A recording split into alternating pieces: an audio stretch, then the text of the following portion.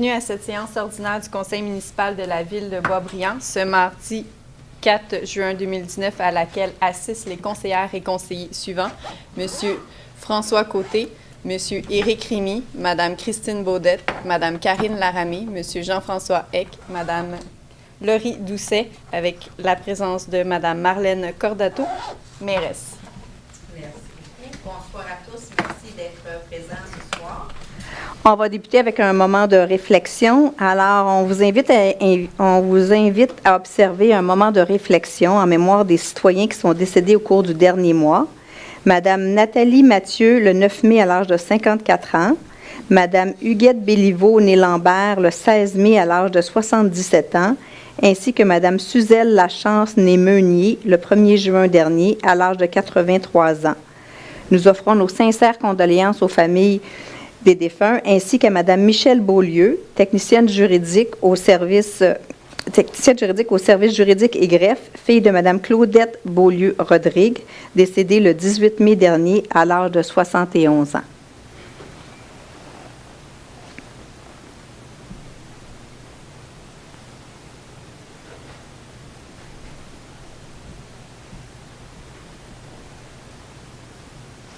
Merci.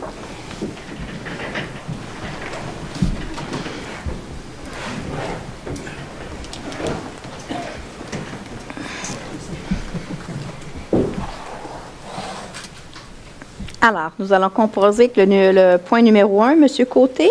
Oui, le présentateur est en train de s'ouvrir. Alors, au point numéro 1, on parle ici donc de l'adoption ici de l'ordre du jour. Il y a un changement, cependant, à l'ordre du jour. Le point 5C, 5C comme dans Charlie, est donc reporté. Alors, c'est proposé par M. Côté et appuyé par M. Rémy. Oui, j'appuie. Merci. Alors, on va passer à la période de questions des citoyens. Pour ceux qui ne seraient pas des habitués, c'est des questions pour des sujets qui ne sont pas à l'ordre du jour. Si vous avez des questions pour des sujets qui sont à l'ordre du jour, on peut les prendre à la fin de l'ordre du jour. Il y a une autre période de questions qui va porter strictement sur les points qui sont à l'ordre du jour d'aujourd'hui. Est-ce qu'il y a des questions qui sont reliées, d'accord, qui ne sont pas reliées à l'ordre du jour? M. Bordelot, est-ce qu'il y a quelqu'un d'autre? Bon, à M. Bordelot, on t'invite. Ce serait pour avoir des informations au sujet. Là, c'est pas pour le règlement d'emprunt là, de la Maison du Bois que je veux avoir des informations. C'est pour savoir, la Ville a-t-il eu juste une expertise du coût que c'était pour coûter la rénovation de la Maison du Bois? Oui, on avait une expertise concernant les travaux de réfection. On a demandé une seule expertise. Puis, ils ont garoché 750 000 comme ça? Ils n'ont pas garoché 750 000. C'est une firme, puis il a mis son sceau à la fin. Donc, c'est un professionnel. Donc, ils ont fait l'évaluation complète et ils nous ont remis un rapport complet. Un rapport que ça ne coûtera pas plus que 750 000? Non, un rapport d'évaluation sur les travaux selon ce qu'on avait demandé. Comme je l'ai expliqué dans les deux consultations publiques, je sais que vous avez assisté à la première, peut-être pas à la deuxième, mais je l'ai répété à la deuxième.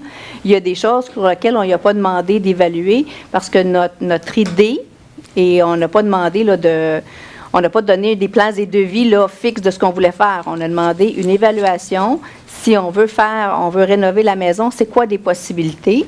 Alors, il nous en a donné 2 qu'il a évalué.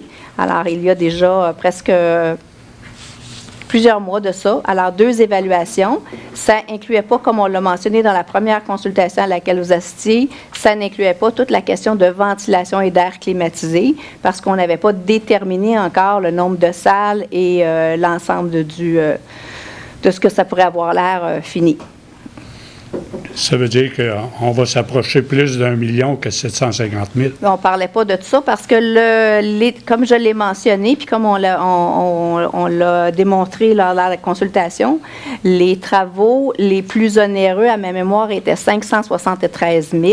Et quand nous, on met 700 000 c'était 704.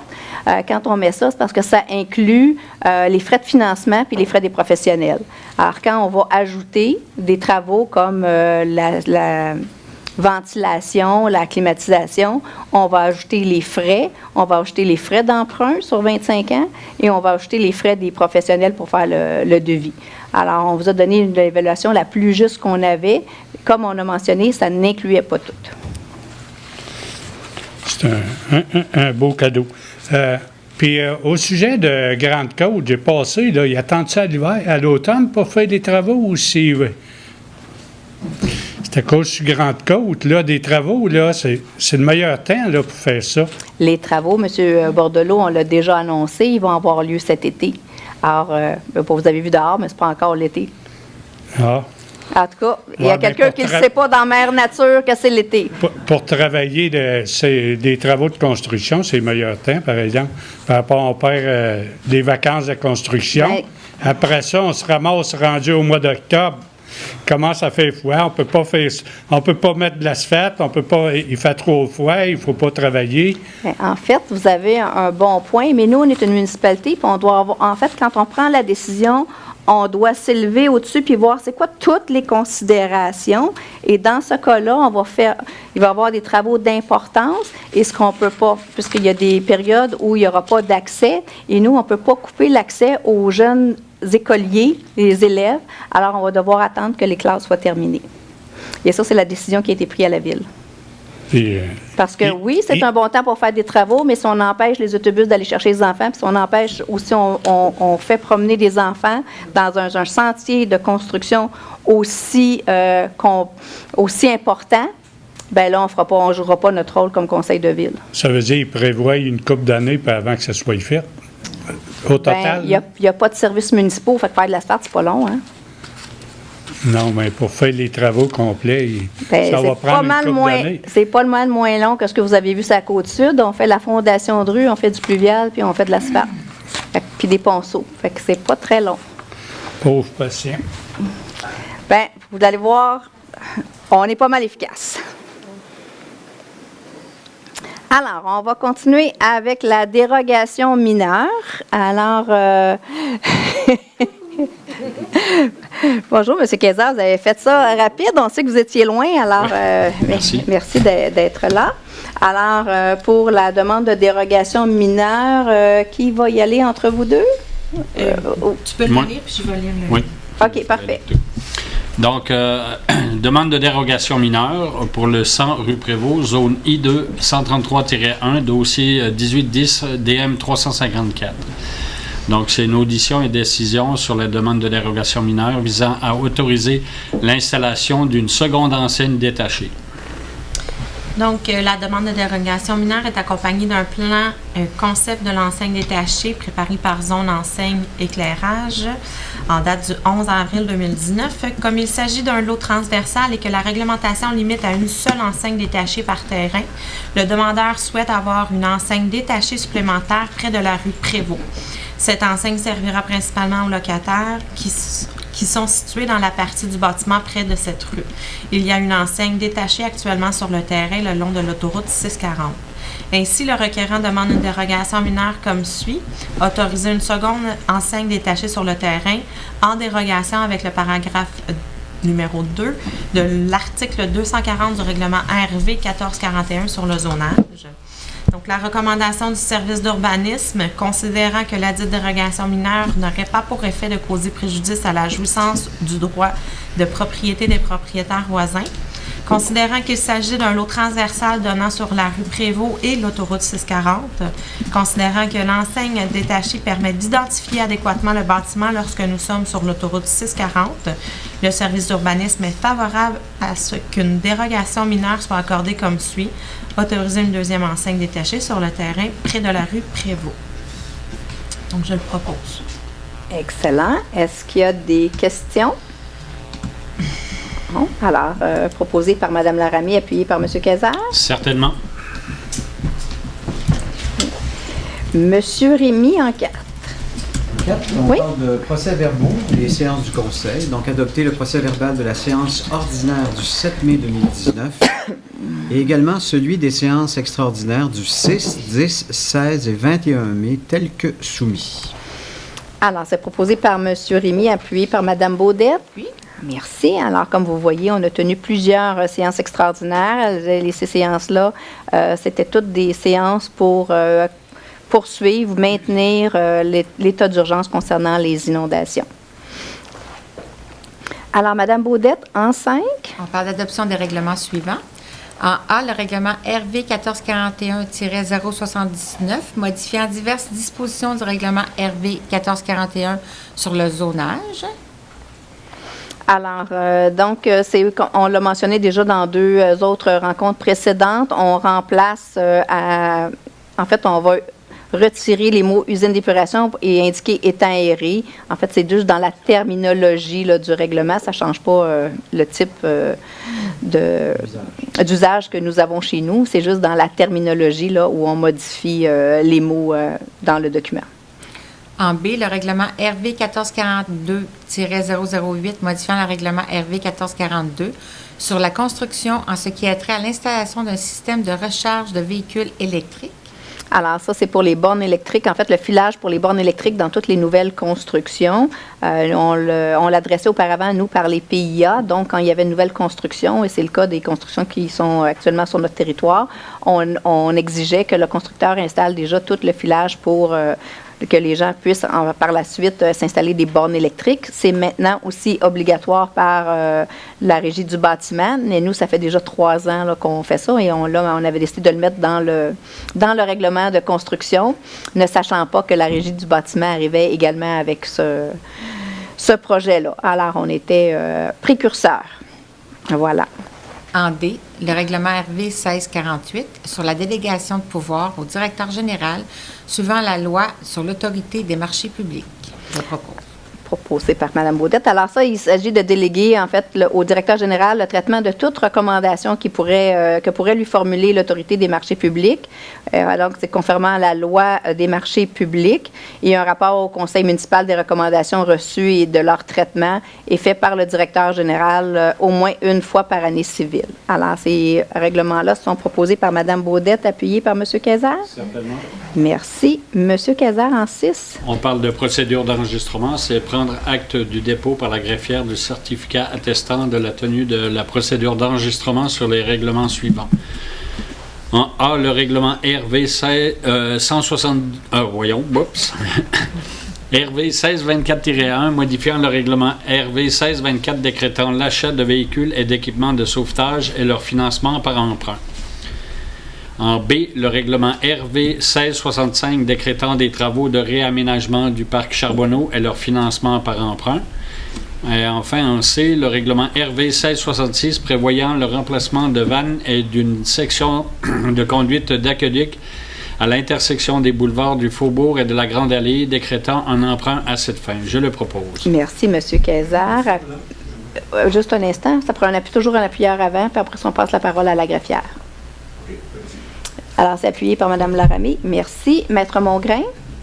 Oui, concernant le point A, au niveau du règlement 1624-1, le nombre de signatures requis pour rendre obligatoire la tenue d'un scrutin est de 2004 signatures. Le nombre enregistré est de 0. Par conséquent, le règlement RV 1624-1 est réputé approuvé. Concernant le point B et C, la tenue du registre s'est faite durant la même période. Le nombre de signatures requis pour rendre obligatoire la tenue d'un scrutin est également à 2004 signatures. Le nombre enregistré étant de 0. Par conséquent, les règlements RV 1665 et RV 1666 sont réputés approuvés. Merci beaucoup, Maître Mongrain. Monsieur Côté. Je vais seulement en B pour le scrutin du parc Charbonneau. Là, officiellement, c'est la finalisation, c'est ça? On Oui. propose une vote dessus. C'est terminé. Le règlement est adopté. Il vient d'être adopté, là. Non, là, la procédure d'enregistrement a été faite. Il n'y a pas eu de signature, alors donc il est réputé adopté. Okay. On l'a adopté à une séance précédente. En fait, on l'a vu déjà 3 fois là, dans différentes séances. C'est ça, on l'a vu 3 fois. Il y a eu la séance pour les signatures. Et dès que ça s'est terminé, automatiquement, dès que ce processus-là au niveau des signatures est fait, là, c'est la fin, finalement, de ce processus-là. Oui. C'est ce que je voulais dire. En fait, ensuite, là, il s'en va au ministère. OK, parfait. Merci.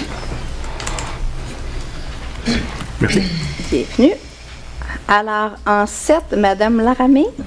Oui, donc c'est les dépôts et avis de motion. Dépôts et avis de motion pour l'adoption future des règlements suivants. En A, règlement RV 1667 décrétant les travaux de restauration de la maison Abraham Dubois et leur financement par emprunt. Alors, je vais juste, Oui. vous me permettez, Madame Laramée. Alors, comme je l'ai expliqué lors des deux consultations, dont une était en Facebook Live, on fait le dépôt et de l'avis de motion dès maintenant pour la raison que la consultation se poursuit parce qu'on peut recevoir jusqu'au 30 juin les mémoires. Donc, par la suite, le Conseil va être informé là, de l'information supplémentaire qui pourrait avoir été acheminée. Alors, les mémoires ou les commentaires peuvent être acheminés. Maintenant, pourquoi on fait le règlement d'emprunt tout de suite? C'est une question, en bon français, de timing. Parce que puisque ça prend plusieurs séances pour faire avancer un règlement d'emprunt, il y a plusieurs étapes. On doit le voir à 3 séances et qu'ensuite, on a une procédure d'enregistrement et que par la suite, on doit l'envoyer à Québec pour être approuvé. Si on décidait d'aller de l'avant, puis que dans le cas où on choisit la préservation de la maison du bois, dans ce cas-là, il faudrait faire des travaux au moins pour protéger la maison avant l'hiver. Et pour faire des travaux, il faut avoir des sommes d'argent qui sont approuvées. Alors donc, c'est ce qu'on a expliqué et c'est ce que j'explique ce soir au Conseil, c'est qu'on a décidé et on avait informé les gens lors des 2 consultations précédentes, c'est-à-dire on va quand même faire avancer le règlement d'emprunt. Si la décision des citoyens avait été dans le sens de ne pas préserver la maison du bois puis de procéder à sa démolition. Actuellement, c'est pas le pouls que nous avons reçu des consultations. Ben, on pourrait tout simplement annuler le règlement d'emprunt, tout simplement. Alors, donc, on avait expliqué aux gens, on va procéder, on va faire le règlement d'emprunt et par le temps où il est tout approuvé, si on a des travaux à faire, ben, au moins cette partie-là serait faite. Parce que si on attend à l'automne, ou plus tard dans l'été, parce qu'il y a une séance au mois de juillet, puis il y a une séance après ça à la mi-août, fin août. Bien, après ça, là, le 3 mois, là, on est dans l'hiver, on est trop tard, et là, il y a des risques importants pour la maison du bois. Alors, c'est pour ça qu'on part le règlement d'emprunt tout de suite. Le montant est de 829 000 $. Alors, vous voyez, M. Bordelot, on n'est pas au million. C'est financé sur une période de 15 ans et c'est à l'ensemble de la ville. Et lorsque le Conseil aura pris sa décision finale sur le futur de la Maison du Bois, on va le faire savoir à la population, puis on vous dira la suite des choses pour le règlement d'emprunt. Alors, si on va de l'avant, on continue le règlement d'emprunt. Si on ne va pas de l'avant, on met fin au règlement d'emprunt. Dans tous les cas, ça va être annoncé à la population, mais on veut juste s'assurer qu'on ne se coince pas à la fin dans une dédale administrative et que les choses n'arrivent pas en même temps. Et de la même façon, on va tout de même faire les approches au niveau des gouvernements supérieurs pour les demandes de subventions. Donc, à la fin, éventuellement, on aura toutes les réponses parce qu'il y a ça aussi qui entre en ligne de compte. Il faut avoir les autorisations avant de commencer des travaux. Fait que, on ne peut pas demander ça en octobre et penser qu'on va faire des travaux en novembre. Parce que ça ne fonctionne pas comme ça. C'est un peu plus long que ça. Alors, voilà ce qui explique pourquoi on fait le dépôt et l'avis de motion ce soir pour le règlement d'emprunt. J'ai une question sur le temps, s'il vous plaît. Oui? Je suis complètement d'accord avec le fait qu'il faut s'y prendre à l'avance parfois parce que justement à cause des délais. Donc la séquence, ça va être qu'on a jusqu'au 30 juin justement pour que les citoyens puissent déposer leurs requêtes, leurs opinions, le commentaire ou les mémoires. Les commentaires ou les mémoires. Alors, mémoire, parfait. Ça veut dire que par la suite, lors de notre prochain conseil, on n'aura pas encore eu le temps de d'éplucher ces choses-là, sans doute. Ça va dépendre combien est-ce qu'on en a. OK, c'est bon. Et puis, est-ce que l'aspect de la protection, dépendamment de ce qui va être choisi là, parmi les 3 scénarios, l'aspect de la protection dont on parle, là, finalement, c'est d'aider à ce que les 2 murs qui restent puissent passer l'hiver. En fait, il ne reste pas 2 murs, là. Il reste 4 murs, une toiture, tout est là. Ce qui reste est là. Est-ce que c'est déjà dans ce budget-là? Oui. Donc, tout l'aspect protection? Oui. OK, parfait. Et puis, on avait déjà voté, je crois, si je me rappelle bien, en janvier, un budget. Non, on n'avait pas. On l'avait retiré de là. On l'avait retiré, c'était 132 000 $ et on l'avait retiré à la fin, donc on n'a pas poursuivi. C'est pour le Oui. Merci, Maître Langlois. Fait que c'est seulement donc. Ça n'existe pas. Ça n'existe pas. Parfait.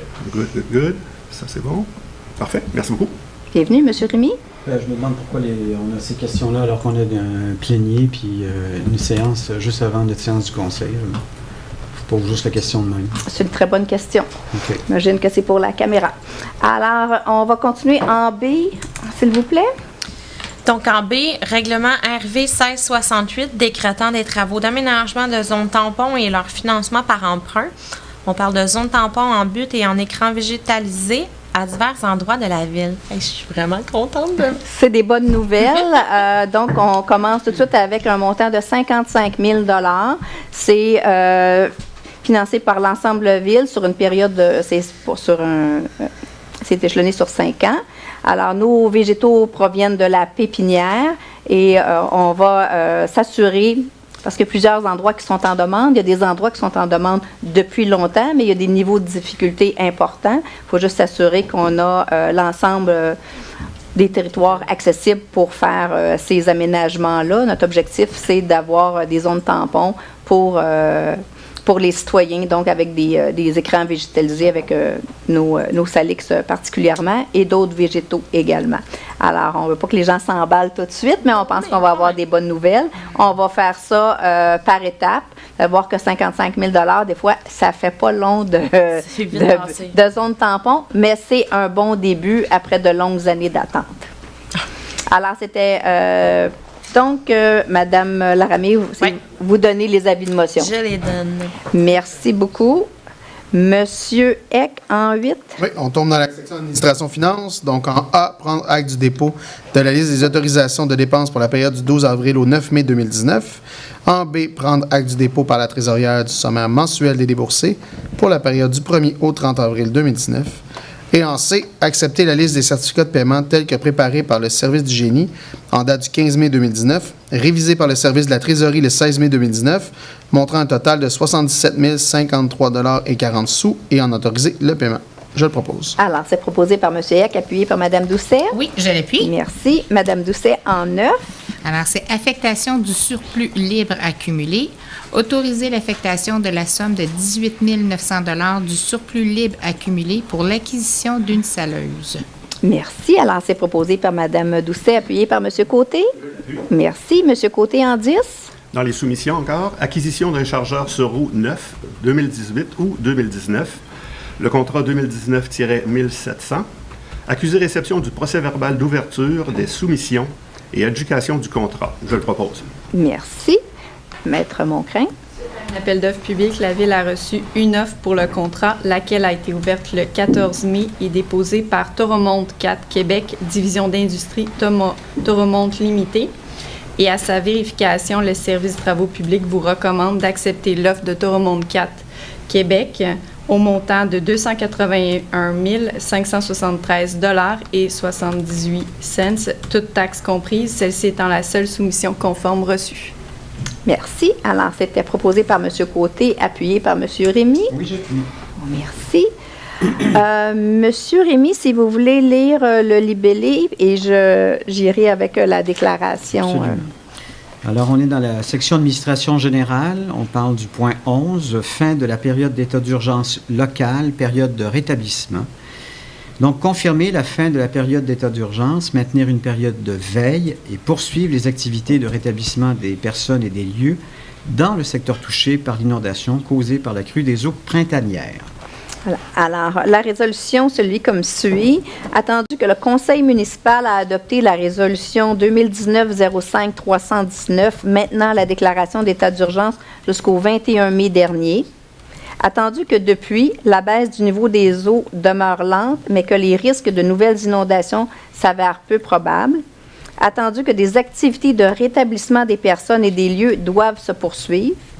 En conséquence, il est proposé et appuyé de confirmer la fin de la période d'état d'urgence déclarée sur la partie du territoire située au sud du chemin de la Grande-Côte en raison de l'inondation causée par la crue des eaux printanières et de maintenir une période de veille et de poursuivre les activités de rétablissement des personnes et des lieux dans le secteur touché. Alors, c'est donc proposé par M. Rémy et appuyé par Mme Baudette. Oui, 2 secteurs Merci. touchés. Alors, vous comprendrez que on met fin à l'état d'urgence. On a démobilisé quand même le site. Il y a toujours une veille qui se fait. Nos services font des rondes. Les administrateurs aussi, le directeur général et moi, la conseillère municipale également est présente. On s'assure quand même d'être près des gens et on répond quand même aux demandes des gens. Mais vous comprendrez que là, ce qui est important, c'est le rétablissement. Mais il y a encore des gens qui, malheureusement, ne peuvent pas accéder facilement à leur résidence. Il y a de l'eau qui les maintienne encore isolés. Et l'eau, je vous dirais qu'elle est à peu près à la hauteur du parc Robert pour ceux qui connaissent un peu le secteur. Là, c'est vraiment à la hauteur du parc Robert, du côté d'Avenue des Mille-Îles comme du côté de Terrasse Robert. Et dès qu'il y a un peu d'accalmie et que l'eau se retire, il y a quand même des activités au barrage qui font qu'il y a de l'eau qui est écoulée avec le barrage des Grands Moulins, Carillon également. Et il y a de l'eau elle se retire, puis en fin de journée ou quelques heures plus tard, elle revient parce qu'il y a de l'eau qui est écoulée du lac des Deux Montagnes actuellement. Alors, on n'est pas encore atteint. Le débit n'est pas encore revenu à la normale et la hauteur des eaux non plus. Fait que ceux qui peuvent voir ça sur le site surveillance des crues, vous pouvez voir la région des Laurentides, puis aller voir toujours les chiffres pour la rivière des Mille-Îles. C'est toujours accessible en temps réel, ça, sur le site du ministère. Et donc, c'est important de suivre ça, mais c'est marqué à la baisse. Mais on est toujours en une des crues très lente. Et je pense qu'on peut avoir une pensée pour nos citoyens qui sont résilients et courageux, qui vivent cette situation-là depuis plus de 40 jours. Alors, c'est assez incroyable.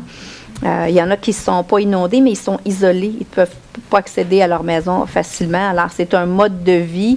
Et donc, vous comprendrez que là, il fait froid, c'est humide. C'est pas toujours agréable. Il y a l'odeur d'humidité qui est dans l'air. Alors, on peut comprendre nos citoyens là, d'avoir très hâte que la situation se résorbe.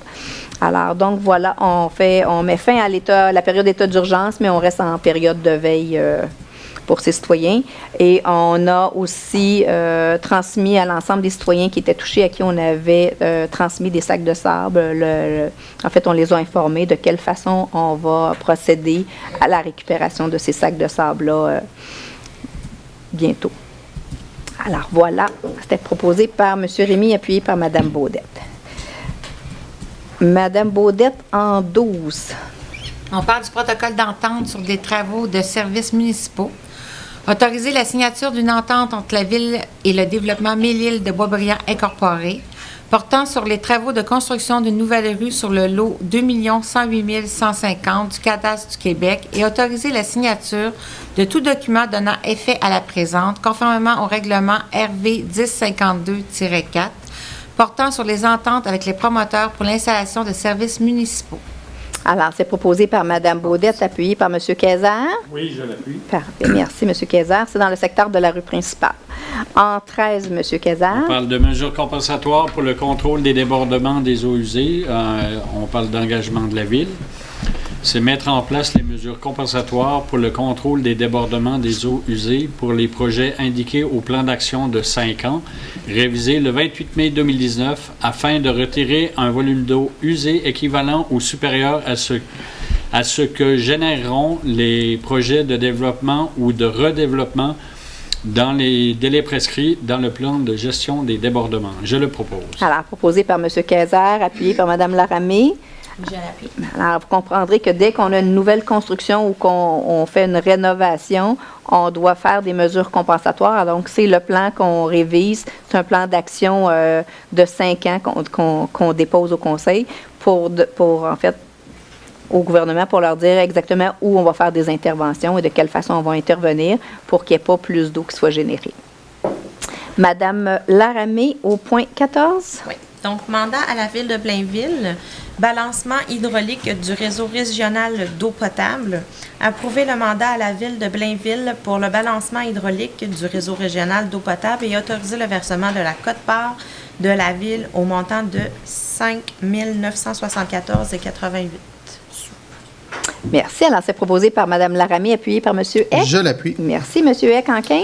C'est la gestion de l'eau potable pour l'année 2017, le rapport annuel, donc de prendre acte du dépôt du rapport annuel sur la gestion de l'eau potable pour l'année 2017. Je le propose. Alors, proposé par M. Eck, appuyé par Mme Doucet. Oui, je l'appuie. Merci. Mme Doucet en 16.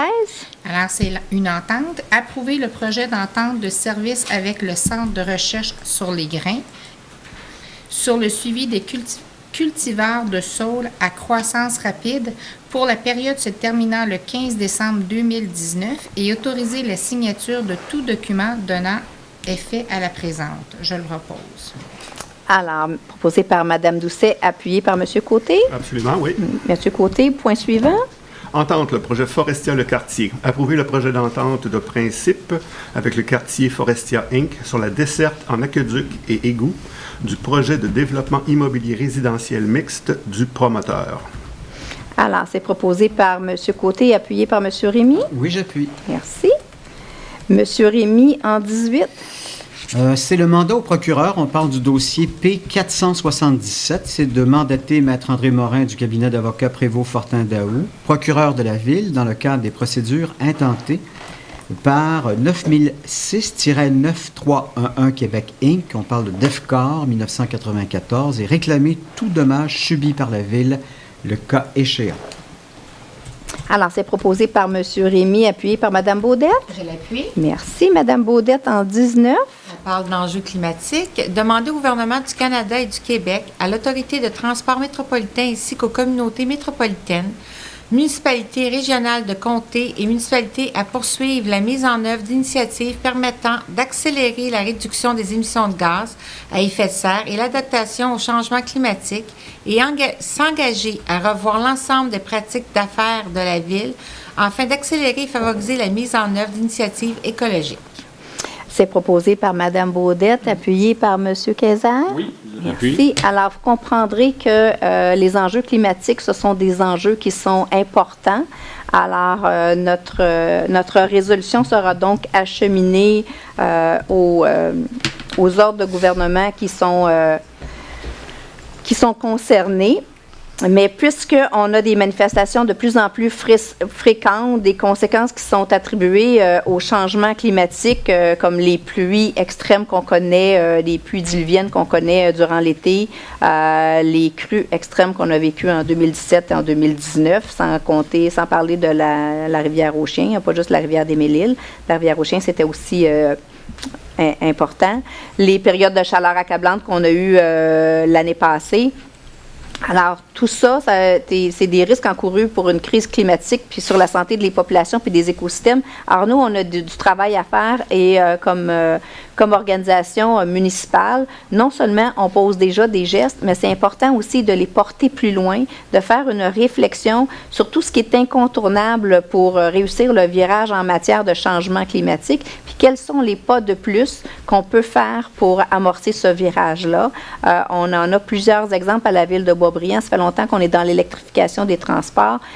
On fait de la protection en fait, on a des projets pour protéger ou soutenir nos agriculteurs. On a plusieurs projets qu'on met de l'avant chaque jour sans qu'on en parle. C'est important donc de les identifier, de les démontrer, mais aussi de prendre le leadership pour aller plus loin. Quand on a vu le règlement tout à l'heure concernant le filage de bornes électriques, bien ça, il y a 3 ans, c'était quelque chose qui était innovateur. Alors, il faut vraiment pousser notre réflexion plus loin pour savoir, comme organisation municipale, comment on peut mettre la barre haute pour s'assurer que nous, on répond à ces normes-là comme organisation municipale, la façon dont on adresse nos ressources, comment on les utilise et qu'est-ce qu'on fait comme choix quand on fait des achats. Donc, c'est important qu'on puisse aller de ce côté-là. Et c'est aussi important que les citoyens soient avec nous parce qu'ils ont des préoccupations et eux aussi peuvent poser des gestes. Alors, tout geste, aussi petit soit-il, est important. Alors, donc, on le fait déjà au niveau des matières résiduelles, mais il va falloir qu'on mette encore, qu'on accélère encore la mise en œuvre d'initiatives écologiques. Et là, on va parler dans les prochains mois, prochaines années, de déminéralisation. Et ça veut dire moins d'asphalte et plus d'espace vert. On va continuer l'électrification des transports. Alors, on était en colloque hier, plusieurs de la municipalité, sur ce sujet-là. Continuer en économie d'eau potable, en gestion des matières résiduelles et dans la gestion durable de notre territoire. Et le conseil municipal s'invite et invite l'ensemble des forces vives à innover au niveau des ressources sociales, technologiques et économiques afin de sortir de toute dépendance envers les énergies fossiles et déclencher la transition vers une société neutre en carbone. Alors, comme vous voyez, on est assez... on fixe la barre haute et on pense qu'on est tous ensemble, on est capable d'y arriver. On l'a déjà démontré dans le passé. Alors, on est conscient qu'avec nos citoyens, chaque petit pas va compter et à certains endroits, la municipalité va faire des pas de géant. Alors, voilà pourquoi on trouvait important ce soir de vous mentionner, après tout ce qu'on a vécu, vous l'avez vu, on a eu un hiver particulièrement difficile, un printemps, je dirais, horrible, et un été qui n'arrive pas. Alors, je pense qu'on ne peut pas se mettre la tête dans le sable et dire que ça se passe comme d'habitude. Alors là, il est temps de prendre des choses en main et de porter plus loin nos actions. Alors, voilà notre résolution sur les enjeux climatiques. Monsieur Kayser, Monsieur Kayser, le point numéro 20, s'il vous plaît. Comme dirait l'autre, le vin me saoule. C'est autoriser la tenue de l'événement, la Grande Marche du Grand Défi Pierre Lavoie sur le territoire de la ville le 19 ou le 20 octobre 2019. Je le propose. Alors, proposé par M. Kayser et appuyé par Mme Laramée. Bien sûr. Alors, mettez ce week-end-là à votre agenda. On va marcher tous ensemble pour la Grande Marche du Grand Défi Pierre Lavoie. Comme une centaine de municipalités au Québec, on va tous marcher ensemble cette journée-là. Et ne soyez pas surpris si votre médecin, dans les prochaines semaines, vous prescrit la marche parce que c'est organisé avec les groupes de médecine familiale. Alors, les GMF vont prescrire vos prescriptions, ce sera de l'activité physique et probablement qu'ils seront aussi parmi nous pour marcher cette journée-là. Alors voilà, Madame Laramée au point suivant. Oui, donc en point 21, Forum international sur la gestion des parcs de véhicules, inscription. Autoriser l'inscription de la mairesse, d'un conseiller et du directeur général au Forum international sur la gestion des parcs de véhicules dans le cadre d'Impulsion MTL, organisé par Propulsion Québec les 3 et 4 juin 2019 à Montréal. Donc, proposé par Mme Laramée, appuyé par Mme Doucet. Oui. Monsieur Eck, vous étiez là, c'est difficile un peu. Alors, Monsieur Eck en 22. Par de signalisation, c'est d'interdire le stationnement à l'est et à l'ouest de l'entrée du 3760 rue La Vérandrie et autoriser l'installation de la signalisation appropriée. Il y a Eric qui me regarde, là, je me sens intimidé. Donc, je le propose. Proposé par M. Eck, appuyé par Mme Doucet. Oui, je l'appuie. Merci, Mme Doucet, en 23. Oui, alors c'est la section planification et urbanisme, statistiques des permis de construction, accuser réception des statistiques de permis émis au cours du mois d'avril 2019, montrant un total mensuel de 7 659 621 et un cumulatif annuel de 43 365 899. Alors, c'est proposé par Mme Doucet, appuyé par M. Côté. Merci. M. Côté en 24. En 24, demande de permis en A. Approbation. Permis de construction d'un garage détaché au 85 chemin de l'île de Mai, zone R-1 205. Et en B. Approbation. Permis de construction. Résidence unifamiliale sur des fondations existantes, 102 chemin de l'île de Mai, zone R-1 205.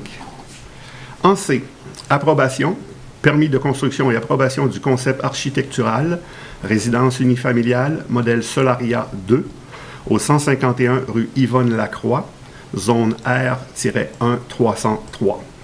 En D, approbation, permis de rénovation, résidence unifamiliale, au 111 chemin de l'île de Mai, zone R-1-205. Je le propose. Alors, proposé par M. Côté, appuyé par M. Rémy. Oui, d'autant plus que l'île de Mai, c'est mon secteur électoral, puis que 3 des 4 développements sont sur l'île. Ça me fait plaisir. Excellent. Alors, M. Rémy en 25. Je parle de concept d'affichage. C'est une approbation pour le bâtiment industriel au 1963 à 1983 boulevard Lionel Bertrand. On parle de la zone I1 501. Merci. Alors, proposé par M. Rémy, appuyé par Mme Baudette.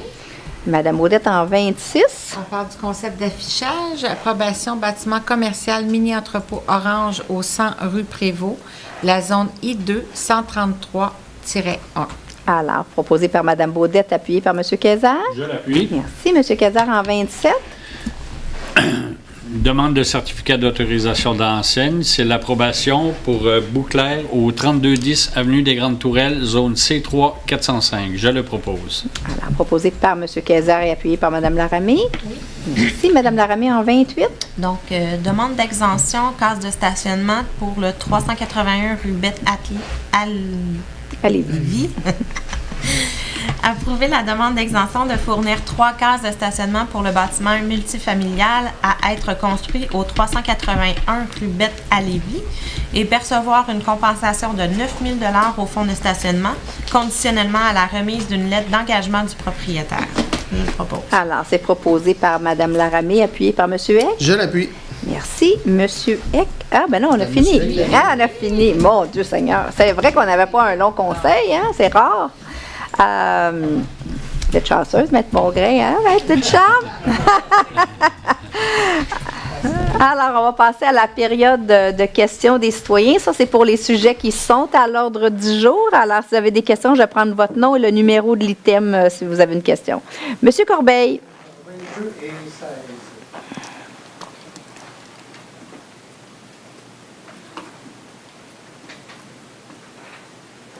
Est-ce qu'il y a quelqu'un d'autre? Monsieur Bordelot?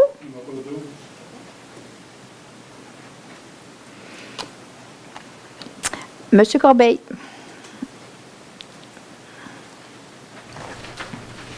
Je vais commencer par le 22 pour le stationnement sur la rue La Vérandrie. Oui. Est-ce que c'est un commerce ou résidentiel? C'est une industrie. C'est une industrie. C'est pour permettre, si M. Quezard, vous pouvez l'expliquer parce que vous l'avez vu, ce dossier-là. Pour avoir accès au quai de livraison par rapport à l'arc de... Le rayon de braquage. Le rayon de braquage, merci. C'est bien. Pour simplement... C'est correct. Hein. Mais bon. L'autre sujet, enfin, je touche au saut, la croissance rapide. Ce matin, même si ce n'est pas sur notre territoire, en prenant l'autoroute de Laurentides direction sud, juste avant la sortie Labelle, il y avait un mur de saule. Oui. Et qu'ils enlèvent, là. Oui, parce qu'ils vont faire, en fait, ils vont mettre un mur qui paraît comme notre mur qui est au Faubourg Boisbriand. Okay. Ils vont mettre un mur coupe-son, donc avec...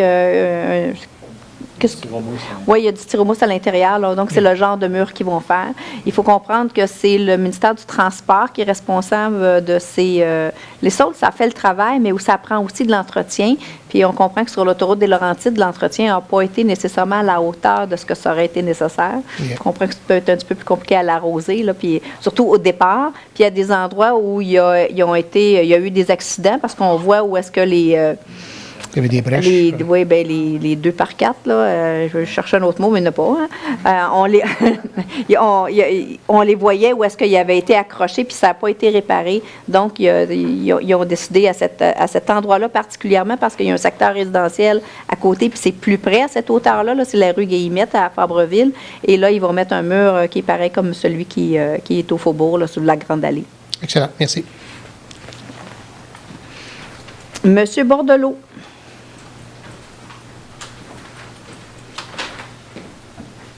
Numéro 12, j'ai un protocole d'entente sur les travaux des services municipaux. Oui. J'espère que la Ville va prévoir de ne pas faire comme qu'ils ont fait chez Yvonne Lacroix.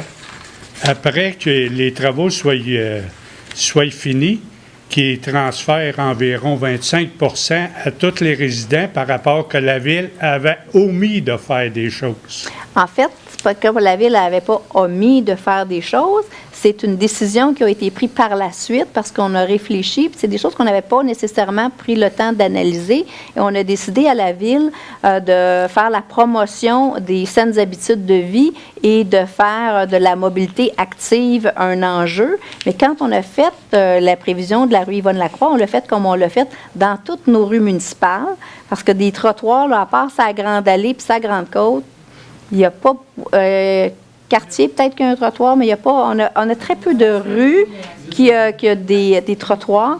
Mais dans l'avenir, si on veut que les gens y marchent, il faut leur donner de l'espace. Alors, c'est ça qui s'est passé dans Yvonne-Lacroix. Ça faisait longtemps qu'on avait planifié le dossier de la rue. Au début, quand on a eu les changements de zonage puis la planification de ce secteur-là. Mais après ça, on s'est penché sur le fait que maintenant, on est en mobilité active, on veut que les gens marchent. La problématique, c'est qu'on fait des rues, pas de trottoirs. Alors donc, il faut commencer à changer notre fusil d'épaule. Et quand on l'a fait, le protocole d'entente avait déjà été signé. Fait qu'on avait deux choix. C'est soit qu'on laisse partir de même, puis ça ne paraît pas qu'on a une meilleure idée. Puis là, personne n'a l'air fou. Parce que là, c'est comme ça que vous le voyez un peu. Vous pensez qu'on a l'air fou parce qu'on s'est trompé. On ne s'est pas trompé. On a décidé de mettre nos culottes puis de dire, bien, si on veut que le monde marche, il va falloir faire des trottoirs. Alors donc, c'est nous qui avons pris cette décision-là. Oui, le trottoir, c'est plus une piste multifonctionnelle, c'est vrai. C'est pas vraiment des trottoirs qu'on fait, mais on garde des espaces dans la rue pour que les gens puissent marcher. Alors, c'est une décision qui a été prise, puis oui, on a décidé de le faire, même si on avait déjà signé le protocole d'entente, mais dans ce cas-là, on a assumé la facture de notre choix comme ville. Et c'est là où on veut aller dans tous les projets domiciliaires, dans le développement qu'il va y avoir dans les futures années. Il faut qu'il y ait un espace qui soit dédié aux gens qui veulent marcher, qui veulent être en vélo ou qui veulent être en patin à roulette, en trottinette, comme ils veulent. Mais si on veut que les gens bougent, il faut leur faire un espace. Alors, c'est ça qu'on fait. Dans le cas de la rue principale, c'est un petit peu c'est un terrain qui est enclavé, donc la question ne se pose pas parce que c'est un seul terrain dans lequel il y aura un projet intégré. Fait que la question ne se pose pas à cet endroit-là. Mais c'est pour ça qu'on a fait ça pour Yvonne-Lacroix et c'est comme ça qu'on va adresser l'ensemble de nos futurs projets résidentiels. Puis ça, c'est une bonne nouvelle pour les citoyens. Puis c'est pour ça qu'on s'est mis à déneiger les sentiers piétonniers, parce qu'avant, on ne le faisait pas. Mais si on veut que le monde marche l'été, bien, ça serait le fun qu'il marche l'hiver aussi. Et pour ça, bien, il faut leur faire des espaces. Oui, que ça reste à la charge des promoteurs. Oui, mais quand c'est la Ville qui décide qu'elle s'en va ailleurs dans une nouvelle orientation, après que le protocole d'entente est signé... Après, OK, on va prendre Yvonne-Lacroix, là. On l'a fait après. Dans les prochains... On va le prendre, celui-là, bien, les prochains, on les met, pas y prendre. Dans les prochains, sont déjà prévus, je peux vous le dire. C'est beau. Merci. Alors, ça met fin à la période de... Je suis vraiment déstabilisée parce qu'on finit vraiment de bonne heure. Après, moi, j'ai l'impression qu'on oublie quelque chose. Ah, bien là, OK, c'est l'hiver. Il faut dire que là, c'est pas mal dans l'hiver. Alors, bien, voilà... je vais vous parler de la Maison du Bois parce qu'effectivement, on a tenu 2 consultations, les 4 puis les 21 mai derniers. Il y avait plus d'une centaine de citoyens qui ont participé là, aux 2 séances de consultation. Puis la rencontre, comme je vous disais, a été vue en direct par Facebook Live. Puis le constat qui s'est dégagé de là, en fait, c'était l'attachement des gens pour la Maison Abraham Dubois et leur souhait de la conserver. Maintenant, jusqu'au 30 juin, les gens peuvent faire parvenir leurs commentaires ou leur mémoire à l'adresse de la Ville de Boisbriand. Et ce soir, le règlement d'emprunt, ça visait uniquement, là, comme je vous l'ai expliqué, cette démarche-là qu'on fait pour être prêt si tel est le cas. Alors, la décision de préserver la maison ou pas sera prise dès qu'on aura toute l'information. Donc, s'il y a peu de mémoire et de commentaires ou si c'est pas long à les compiler, on va pouvoir vous donner le résultat de la décision du Conseil rapidement. Alors, ça va être en fonction là, de ce qui va rentrer jusqu'au 30 juin. Ensuite de ça, on a des chantiers qui vont partir là, au mois de juin. Actuellement, il y a l'église qui est en construction, en transformation. Alors, si vous passez, vous allez voir déjà beaucoup de travaux. Vous comprendrez que comme l'été, on fait des spectacles dans le parc Claude Jasmin.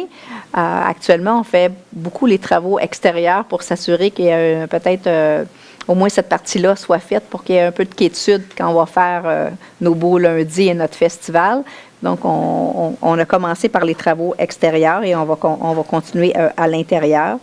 Et plus tard, à l'été, alors, nous sommes actuellement en appel d'offres pour le parc Charbonneau. Donc, on pourra voir peut-être à la séance de juillet ou sinon en séance spéciale en juillet parce qu'on ne pourra pas attendre à la fin août pour octroyer le contrat. Alors, donc, quand il y aura le résultat de l'ouverture des soumissions, on aura une séance, soit la séance régulière de juillet si on est prêt, ou sinon, ça sera en séance spéciale en juillet pour octroyer les travaux, si on veut, qui débutent à la fin durant la fin de l'été. Alors, c'est ce qu'on va faire. On va faire le démantèlement du petit chalet là, de près de l'école Gaston Pilon, des modules de jeu puis du terrain de basketball et on va aménager dans cette phase-là des nouveaux terrains de tennis, la zone ado et des travaux mineurs, c'est les terrains de basketball. Pour ce qui est de la réfection de la Grande-Côte, bien, c'est entre la rue Hubert-Aquin et l'autoroute 13. La rue Hubert-Aquin, là, pour vous situer, c'est après l'école Gabriel-Leroy, c'est à peu près à la hauteur de la garderie. Donc, jusqu'à l'autoroute 13, il va y avoir des entraves à prévoir, il va y avoir des fermetures complètes à prévoir, il va y avoir des fermetures partielles et à certains moments, ça va être juste une seule voie de circulation. Alors, si vous avez emprunté l'autoroute 13, ça serait une bonne idée de la prendre par la Grande Allée puis la 640 pour qu'on laisse dans ce secteur-là uniquement la circulation locale, parce que déjà, ça va être assez difficile. C'est pas une rue qui est large. On va avoir une piste multifonctionnelle protégée en bordure de route. On n'agrandit pas la Grande-Côte, mais on va refaire la fondation de rue, on va refaire l'égouttement et on va refaire toute l'asphalte. Alors, on va rencontrer les citoyens, on leur a déjà communiqué 2 fois et on va rencontrer les citoyens qui vont habiter dans le chantier ou qui vont être touchés de très près par le chantier, parce que si on habite Jean-Pierre Ferland ou Yvonne Lacroix ou Terrasse Robert, Avenue des Belle-Îles et ces rues-là, bien, on va informer les citoyens de savoir ça va se passer comment durant les travaux. Alors voilà, pour ce qui est des commerces sur la Grande-Côte, c'est important de continuer à les encourager parce qu'il y a très peu de commerces qui vont être touchés par les travaux, mais ça serait quand même intéressant de continuer à les encourager. La vie commerciale est toujours difficile, alors ça prend un achalandage. Alors, de grâce, ne les oubliez pas parce que vous avez décidé de ne plus aller sur la proche de la Grande-Côte parce qu'il y a des travaux. Alors, jusqu'au commerce et jusqu'à la rue Hubert-Aquin, c'est comme d'habitude, c'est accessible en tout temps. Alors, on vous invite à ne pas oublier nos commerçants de ce secteur-là. Alors, voilà ce que j'avais à vous dire pour ce soir. Maintenant, je vais céder la parole à mes collègues. Madame Doucet, est-ce que vous êtes prête? Bien, certainement. Ce soir, je vais être très brève. Je suis bien foncée parce qu'il ne fait pas encore beau. Alors, ce que je veux vous dire, c'est que j'ai hâte de vous rencontrer au Parc Jasmin, devant de la musique, devant des artistes. Puis je sais que la plupart qui sont ici, bien, je vous ai toutes vues là. Alors, j'ai hâte de vous voir là-bas. J'ai hâte de vous voir à la fête nationale. Cette année, c'est sûr que ça va être haut en couleur. On va avoir du plaisir. Ça va chanter, les feux d'artifice. Et comme je vous dis, bien, j'ai surtout hâte de vous rencontrer au Parc Jasmin. C'est toujours un lieu, je trouve, où ce que les gens se rencontrent, on placote. Cette année aussi, Marlène, il va sûrement y avoir le petit coin, les petits divans cosy. Alors, c'est ça mon petit mot. La terrasse éphémère. La terrasse éphémère. Alors, oui, hein? Alors, au plaisir de vous voir avec des couleurs d'été, des couleurs estivales, puis un petit âne. Merci. Merci beaucoup, Mme Baudette. Monsieur Côté? Madame Baudette. Baudette. Mme Doucet, excusez. Je suis prête. Monsieur Côté. Merci. Alors, bonjour tout le monde qui sont présentés ici. Bonjour tout le monde à la maison. Comme d'habitude, Emma Québec, mon petit mot là-dessus. À chaque été, il y a souvent un défi au niveau d'Emma Québec parce qu'il y a souvent des réserves qui baissent un peu. On part en vacances, on est occupé à faire plein de choses à l'extérieur et des fois on n'y pense pas. Alors, je vous fais ce rappel-là. Il n'y a pas de collecte ici locale dans les semaines qui s'en viennent, mais la plus proche est toujours, bien sûr, le Globule à Laval, qui est ouvert tous les jours de la semaine. Il y a beaucoup de personnes, justement, aussi, qui m'ont contacté là, pour avoir de l'information sur les camps de jour. Je crois qu'il reste encore quelques places, mais encore une fois, allez faire un tour sur le site. Il y a l'Info Boisbriand dans lequel il y a aussi de l'information. Et il y a nos amis du service des loisirs qui vont être plus que prêts de vous donner des informations là-dessus. Pour ce qui est des inondations, évidemment, là, comme vous l'avez mentionné, 40 jours, ça n'a pas été facile. Si vous avez des amis ou des connaissances qui ont été inondés, je vous invite à les visiter, à vérifier s'ils ont besoin d'un coup de pouce. J'ai eu la chance de le faire ici, j'ai eu la chance de le faire à Deux-Montagnes aussi. Puis je peux vous assurer que même si c'est juste d'apporter des sandwichs pas de croûte pour les bénévoles qui sont en train de vider des maisons, c'est très, très apprécié. Alors là-dessus, passez un excellent mois de juin, en espérant que quelqu'un en haut trouve du budget pour partir le soleil. Merci. Merci, M. Côté. Madame Laramé. Moi, en fait, ça va être bref aussi, mais j'aimerais faire une invitation le 15 juin prochain. Il va y avoir à travers le Québec la grande journée des petits entrepreneurs. Et à Boisbriand, on a cet événement-là aussi. Donc, j'invite les petits entrepreneurs parce qu'on a encore de la disponibilité. Il y a déjà 13 inscriptions. On a une possibilité de 18. C'est des jeunes de 5 à 12 ans. Ils peuvent présenter. Dans le fond, c'est une petite entreprise. Là, c'est vraiment une formule assez simple, oui, c'est ça. Donc, ça peut être autant une recette fin maison que des trucs fabriqués à la main. C'est vraiment pour initier un petit peu là, le premier contact avec l'entrepreneuriat et les jeunes. C'est directement dans le stationnement de l'Ado-Base et aussi, j'invite les consommateurs hein, parce que des fois, on peut trouver des petites merveilles faites de petites merveilles. Par des petites merveilles, oui. Donc, c'est de 10h à 13h30 dans le stationnement de l'Ado-Base. Je serai présente. Puis, je vais consommer. Oui. Avec plaisir. Alors, on vous invite à amener votre portefeuille et à encourager nos jeunes. Non. Consommer comme ça. Oh, oui, Merci beaucoup, Madame Laramé. Madame Baudette? Ça va être simple. Les sujets ont bien été couverts dans ce qui m'importait, mais entre autres aussi, par contre, ne pas oublier que ça va être l'Assemblée générale de la Maison des jeunes Sodagrid le 18 juin à 19h.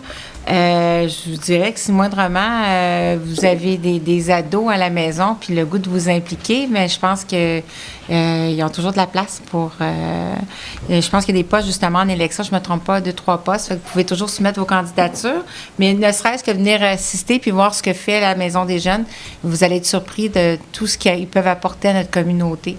Fait que des fois, ça fait juste du bien de se dire, on se pose des questions, on assiste à l'Assemblée, puis on en ressort agréablement surpris. Pour faire du pouce sur ce que Laurie a dit, le petit cahier, il était dans l'Info Boisbriand de ce mois-ci, le petit cahier sur tout ce qui est culturel, l'agenda culturel détachable. Donc, si vous ne l'avez pas, vous pouvez aussi aller le chercher en ligne sur le site de la Ville de Boisbriand. C'est assez important, vous allez pouvoir tout mettre à l'agenda parce que je trouve qu'on a vraiment une programmation extraordinaire cet été. Puis, ça serait difficile de tout retenir. Fait que assurez-vous d'avoir votre petit onglet Ville de Boisbriand à portée de la main. Je vais laisser mon collègue parler du salon d'environnement, mais je peux vous dire, par contre, pour ma part, je veux juste dire un gros bravo à tous nos employés municipaux qui nous ont préparé cette journée-là puis qui ont travaillé sur le projet, parce que franchement, moi, j'ai passé une superbe journée. Et journée famille active, j'avais dit que j'avais pas grand-chose à dire, finalement, ça déboule. Journée famille active, même chose, beau travail de comité loisirs et tous les gens qui ont été impliqués. Des fois, je dis comité loisirs, mais je me dis qu'il doit toujours avoir un peu de travaux publics dans tout ça. Il y a tellement, mais toutes les équipes qui ont été coordonnées pour faire en sorte de vous offrir cette journée-là. C'était vraiment superbe, puis on a passé du bon temps. Fait que c'est tout pour moi, puis je vous souhaite... on va espérer un beau mois de juin rempli de chaleur et de beau temps. Oui, merci beaucoup. Monsieur Eck? Bonsoir à tous. Deux petites choses, dans le fond, pour faire du pouce sur ce que Christine a dit. La journée de l'environnement, il faut croire qu'il y a quelqu'un en haut qui m'a entendu. On a eu du beau soleil, du beau temps. Ça a été une journée vraiment fantastique. Il y avait des gens qui étaient prêts pour tout ce qui était les cueillettes au niveau du compost, bailli. Ça a été une journée vraiment incroyable. Là, il y a eu de l'achalandage plus qu'on espérait. Le site était bondé. Les gens étaient contents. Il y avait beaucoup de diversité, beaucoup de choses différentes à apprendre, à essayer. Je pense que l'envolée de papillons, ça a été excessivement apprécié par les gens. Les jeunes étaient complètement émerveillés quand ils regardaient justement le petit papillon qui se dépliait puis qui s'envolait. Ou qui s'envolait pas. Ou qui s'envolait pas. Ce qui a créé quelques frousses à quelques enfants, mais c'est pas grave. Après ça, ils aimaient ça. Donc, c'est ça, cette initiative-là, je l'ai mis avec mes mots ce soir, c'était vraiment pour que la Ville de Beaubriand, qui devenait officiellement Ville Amie des Monarques, qui est une initiative de la Fondation David Suzuki, comme je vous ai parlé dans les mois précédents. La Ville de Beaubriand, dès son adhésion, dans le fond, a une reconnaissance bronze. Donc, on fait au moins 8 des 24 engagements qui sont demandés par la Fondation David Suzuki. Et on va regarder pour s'en aller vers l'argent, puis vers l'or éventuellement, je suis certain. Et on fait aussi partie, on est reconnu comme membre du Cercle des leaders de la National Wildlife Federation. Donc, ce que ça permet, c'est vraiment de donner des initiatives pour permettre de préserver les habitats des monarques. Je pense qu'il y a une population qui a chuté d'environ 90% des monarques. Moi, quand j'étais petit, il me semble qu'on en voyait, puis là, on n'en voit plus, à part il y a 2 semaines. Mais dans le fond, ça va avec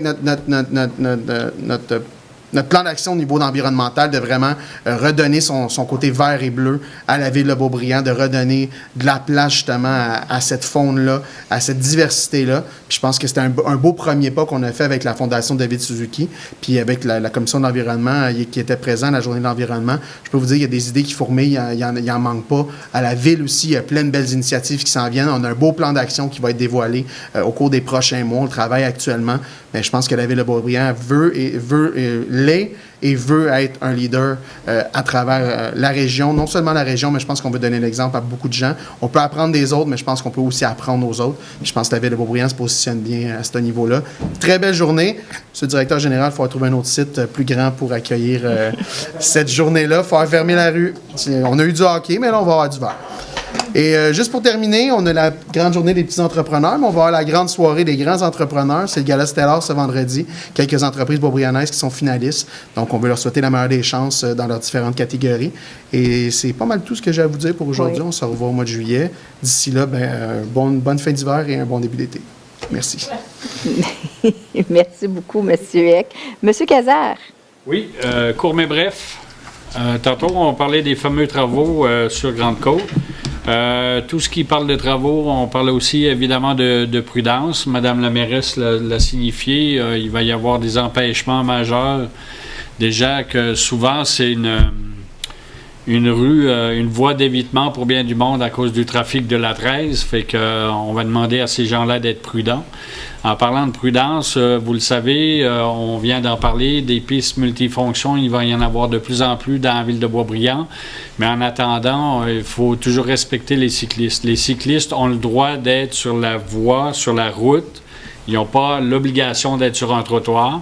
La réglementation dit clairement qu'un cycliste peut être dans la rue, fait que vous devez le respecter. Puis dans toutes les zones de Boisbriand, donc 50 km/h et moins, c'est au moins 1 mètre d'espace quand on passe à côté.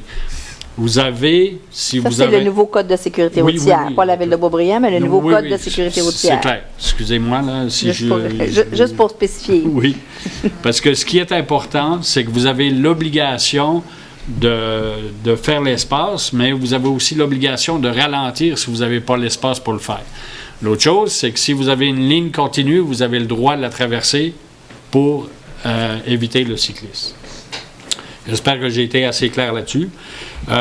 Aussi, en parlant de sécurité, c'est la semaine de la sécurité aquatique. Donc, la Croix-Rouge canadienne en parle donc du 1er au 8 juin. Comme de fait, l'ouverture des piscines est quand même commencée chez certains et toutes. L'attrait de l'eau chez les enfants est plus que, comment je dirais, attirant. Fait que soyez vigilants. Comme de fait, on parle de plus ou moins 520 noyades à travers le Canada par année, donc c'est quand même un chiffre assez impressionnant.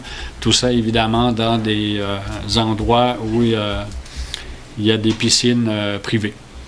Fait que c'est tout ce que j'ai à vous dire et puis on se voit au mois de juillet. Merci, bonne soirée. Merci beaucoup, M. Kayser. M. Rémy? Bonsoir aux gens à la salle, bonsoir à ceux qui nous regardent en web diffusion. D'abord, je veux souligner que plusieurs de nos employés des travaux publics ont été mettre l'épaule à la roue à la ville d'Oka pour ramasser quelques 100 000 sacs de sable qu'ils ont eu à déchasser. Alors ça, je voudrais le mentionner en passant. Aussi, il y a la fête des bénévoles. Hein? C'est notre fête des bénévoles. Oui. Samedi.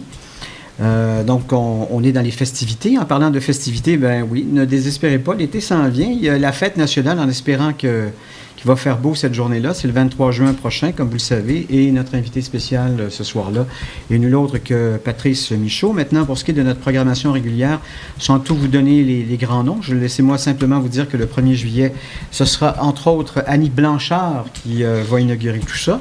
Ensuite, on va aller avec le Festival en air d'ici d'ailleurs et ce sera le Boogie Wonder Band qui va prendre la relève le 8 juillet. Ensuite, le 9, ce sera le groupe Sale Barbe qui font de la musique cajun, bien intéressante. Et ensuite, on finit le mercredi 10 juillet avec la musique latine avec nul autre que Étienne Drapeau. Alors, comme l'a dit ma collègue Christine Baudette, je vous invite à détacher le petit cahier à l'intérieur du plus récent Info Boisbriand. Sinon, d'aller en ligne sur le site web de la ville de Boisbriand. Il est là en ligne, facilement consultable. Et, je ne sais pas si c'est un mot d'ailleurs, consultable. Peut-être une note avec notre ami Jean-François Eck. Il y a une note écologique cette année à notre fête nationale. Les gens pourront, avec 3 $, se procurer un verre à l'effigie de Boisbriand. Et c'est un verre qui sera réutilisable. Donc, il y aura une consigne, soit que vous le gardiez pour les prochains événements ou soit que vous le rameniez. Tout ça pour, bien sûr, éviter notre empreinte écologique et éviter l'utilisation de styromousse et de verre en papier ou en carton. Alors, voilà pour ce qui est des choses qui sont à venir et je vous souhaite un bon été quand il arrivera. Merci beaucoup, M. Rémy. Effectivement, c'est la fête des bénévoles ce week-end. On la tient tous les 2 ans et on invite en général tous les gens. En fait, c'est les organisations qui font les invitations, qui transmettent à leurs bénévoles permanents cette invitation-là. Ça nous permet, nous, de souligner et soutenir d'une certaine façon le bénévolat dans la ville de Beaubriand. Comme vous savez, c'est extrêmement important. Alors, c'est ce qu'on va fêter samedi, après avoir souligné les entrepreneurs vendredi soir à la Chambre de commerce Thérèse de Blainville. Alors, c'est ce qui met fin à la séance du conseil de ce soir. On se retrouve, oui, j'ai toujours je vais écouter Mme Doucet, Mme Baudette. Alors, donc, on vous revoit cet été au début de nos festivités. Et il va faire, c'est sûr, le lundi, il va faire toujours beau. Puis les 3 jours du festival aussi. Alors, maintenant, on va voir si ça va livrer. Alors, voilà. Merci beaucoup de votre attention et on se revoit en juillet.